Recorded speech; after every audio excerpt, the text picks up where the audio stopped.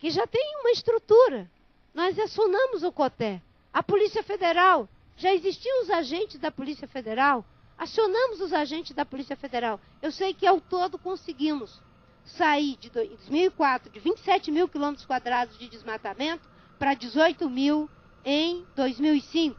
Depois 14 mil em 2006. É difícil falar isso na frente do Gilberto. Eu não vou dizer as frações, tá certo? Só os números, né? Depois 12 mil em 2007. E para encurtar a história, o ano passado foram 7 mil quilômetros quadrados. Se eu tivesse esperado para que cientificamente ficasse comprovado que era possível juntar todos esses ministérios e as pessoas abrirem mão do seu orçamento, da sua atividade que já estava programada para fazer uma outra coisa, não teria acontecido. Certo? Mas também, se eu tivesse feito isso só pensando na política, e já não tivesse anos e anos de expertise aqui no INPE, se já não tivéssemos todo o know-how que tínhamos aqui, seria uma mera invencionice política. Vejam que as duas coisas estão o tempo todo, não é, caminhando juntas. Então, é para isso que, no meu entendimento aqui, vai a ideia da ciência, que ajuda na política ambiental. E uma política ambiental que não está separada da dinâmica do desenvolvimento. Aliás, se estiver separada da dinâmica do desenvolvimento, não é uma política ambiental que vai ter consequências. Porque trata-se de mudarmos a forma de produzir, de consumir, de fazer a deposição, de depositarmos adequadamente os nossos resíduos. Essa é a grande mudança e a grande transformação que o mundo precisa. Nós estamos vivendo aquilo que os cientistas chamam de a era dos limites. Aqui é bom porque eu não preciso falar dos dados, de um monte de coisa, porque todo mundo já sabe. Né? Então, estamos na era dos limites. E um dia desses eu estava, até falei para o Nilson agora, o meu assessor, né, que eu preciso ter tempo para escrever um artigo, né, de uma ideia que eu vi que achei muito interessante, né, que o autor chama de princípio do absurdo. Ele diz que o princípio do absurdo, acho que é o Fábio Herman, um psicanalista esse brasileiro, ele diz que o princípio do absurdo é quando algo chega ao seu limite, ultrapassa-o e transforma-se no seu contrário. A era dos limites é isso, é o princípio do absurdo. Tentando nos proteger da natureza, tentando romper com os limites que a natureza nos impunha e poder, enfim, ir além, nos proteger das doenças, nos abrigar e etc., nos alimentar mais, acumular mais e um monte de outras coisas que nos limitavam, nós chegamos a algo que não imaginávamos que pudéssemos chegar. Queríamos superar o nosso limite, e eis que nos deparamos com o limite da própria natureza, que já está esgotado em 30%. Para ficar menos, né? Ele diz que o princípio do absurdo é quando aquela pessoa que tem muita sorte, né, e está ganhando todas e diz, eu sou mesmo sortudo, vou jogar só mais essa. Aí joga e perde tudo. Né? Tem tanta sorte que ele aposta nessa sorte e aquilo que ultrapassa o limite se transforma no seu contrário. Ele perde tudo. Ou pode ganhar tudo. Tem aquela história também, né, de que você está realmente infeliz, casada com um sapo. E vai ao princípio do absurdo, dá o beijo no sapo. E eis que se vira num príncipe. Perder tudo no jogo eu já vi. Agora essa parte do sapo eu nunca vi, portanto não arrisque.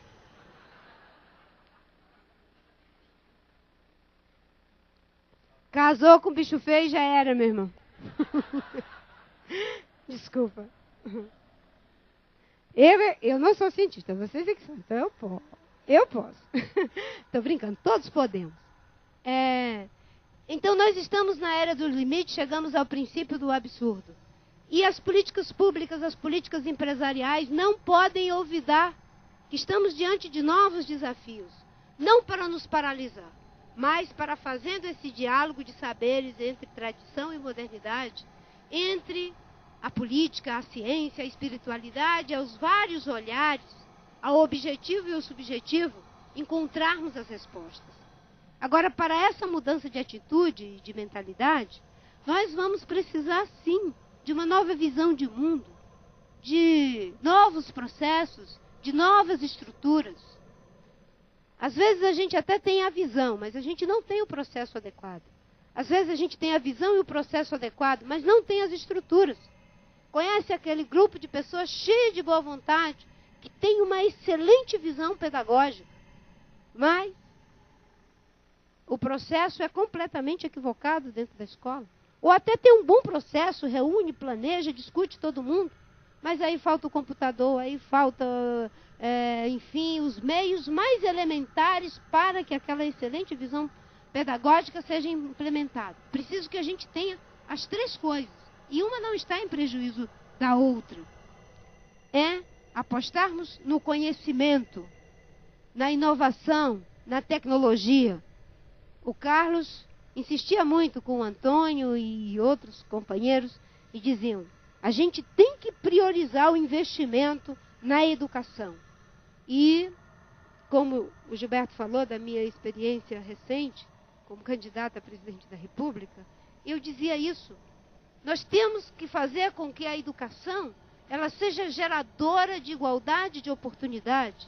E se nós não investirmos o máximo para que a educação brasileira, da educação infantil à universidade, a esse doutorado, tenha os meios necessários, nós vamos ver as grandes oportunidades que estão diante de nós simplesmente passarem.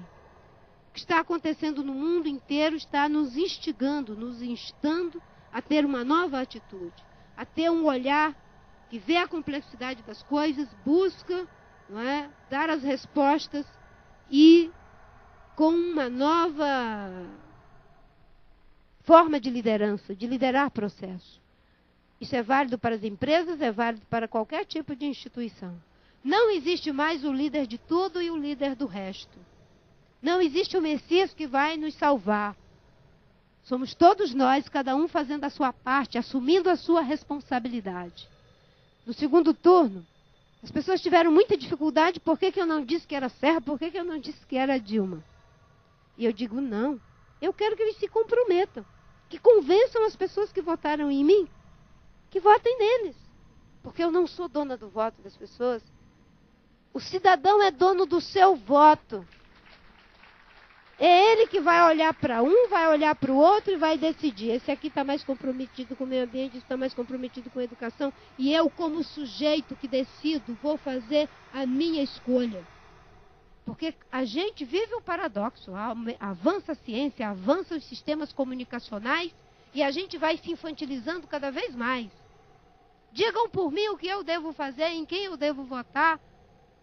Mandem como eu devo me comportar. Qual é o papel do sujeito, do indivíduo? Às vezes a gente avançou na maturidade científica, tecnológica, anos-luz. E esse tipo de maturidade a gente ainda está, de certa forma, infantilizado.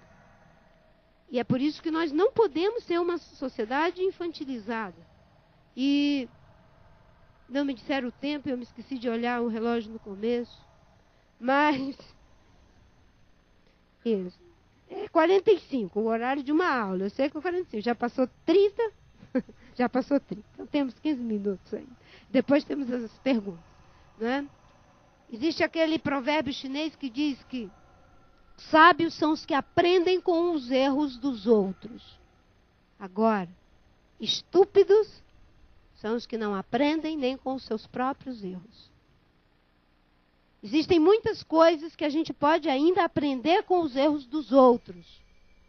E existem coisas que a gente já está aprendendo ou tem que aprender para não ser estúpidos com os nossos próprios erros. O que está acontecendo agora no Japão, do ponto de vista da tsunami, nós não temos muito o que fazer. Do ponto de vista dos sistemas preventivos que eles têm para os terremotos, é uma lição para o mundo. Do ponto de vista da usina nuclear, que agora estamos todos apavorados com o que fazer, se algo acontecer, é algo que está ensinando a todos nós, não só os japoneses.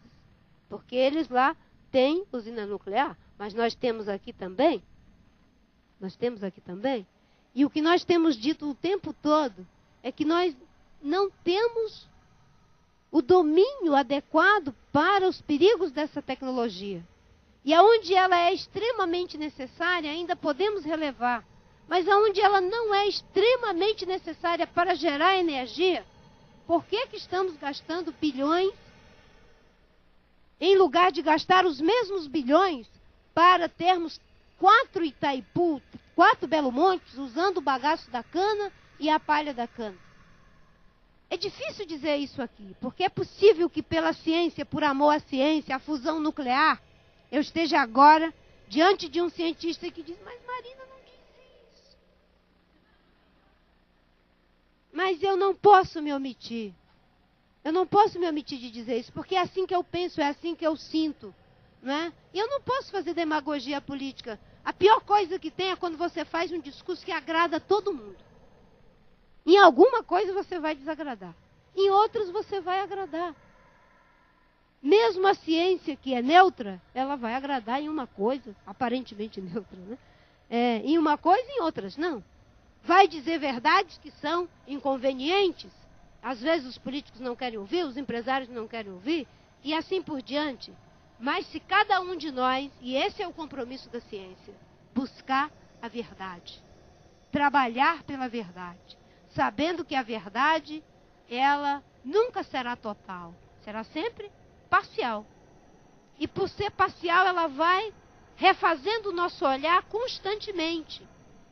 E refazendo o olhar não só do cientista, refazendo a escuta não só do cientista, mas da sociedade também, da política também, da arte também, da cultura de um modo geral também. Nesses 5 anos, 5 meses e 14 dias em que eu fiquei no Ministério do Meio Ambiente, eu pude ter uma equipe multidisciplinar e ter uma ação que eu considero foi transversal e transdisciplinar naquilo que foi possível. No que era mais relevante não foi possível, que era fazer com que essas ideias também tivessem no Ministério da Agricultura, do Transporte, de Minas e Energia. Mas nada acontece pela onipotência do nosso pensamento, é um processo. As coisas não acontecem da noite para o dia. Há que ter um trabalho, um investimento, uma construção. E quem foi que disse que sair do governo também não faz parte desse trabalho, dessa construção? Faz parte desse trabalho, dessa construção. Talvez, sabe, candidata à presidência da República, e as pessoas dizendo, mas você, minha filha, está deixando um mandato quase certo de senadora por uma coisa que, me desculpe, eu gosto muito de você, mas é muito difícil. Faz parte dessa construção. Sabermos hoje que existem quase 20 milhões de pessoas que, em que pese as circunstâncias, estão alinhados com essa visão, isso não é bom para o indivíduo. Isso não é uma herança para a Marina, para o PV. Isso é um legado para o Brasil. Para a ministra Dilma, para o governador Serra, para o PV, para essa instituição de pesquisa, para as empresas. É um legado. Sabe qual é a diferença entre o legado e a herança? É que a herança, eu vou me apropriar do espólio, do meu pedaço. Da minha parte. Fica até no testamento às vezes, e quando não fica, dá confusão. O legado é algo que ninguém pode se apropriar individualmente. É de todo mundo. Para o bem e para o mal. Para o bem e para o mal. Né? E eu acho que o povo brasileiro, a sociedade brasileira, entrar no século XXI, 20 anos depois da morte de Chico Mendes, e dar esse sinal, é uma bênção para todos nós. Para todos nós, de que nós estamos, como diz o poeta Tiago de Mello, se não no novo caminho, pelo menos numa nova maneira de caminhar. A ciência vai ter sempre o seu caminho. Ciência é ciência. Mas pode ser ciência no caminho com uma nova maneira de caminhar. E eu acho que é isso que a gente está fazendo aqui. Pessoas preocupadas em como que a ciência ajuda nas políticas ambientais. E alguém que é da área ambiental preocupado em como que a política ambiental ajuda na economia. E a economia preocupada, eu espero, em como ela pode acontecer com sustentabilidade econômica, social, cultural, ética, política e estética. São dimensões da sustentabilidade.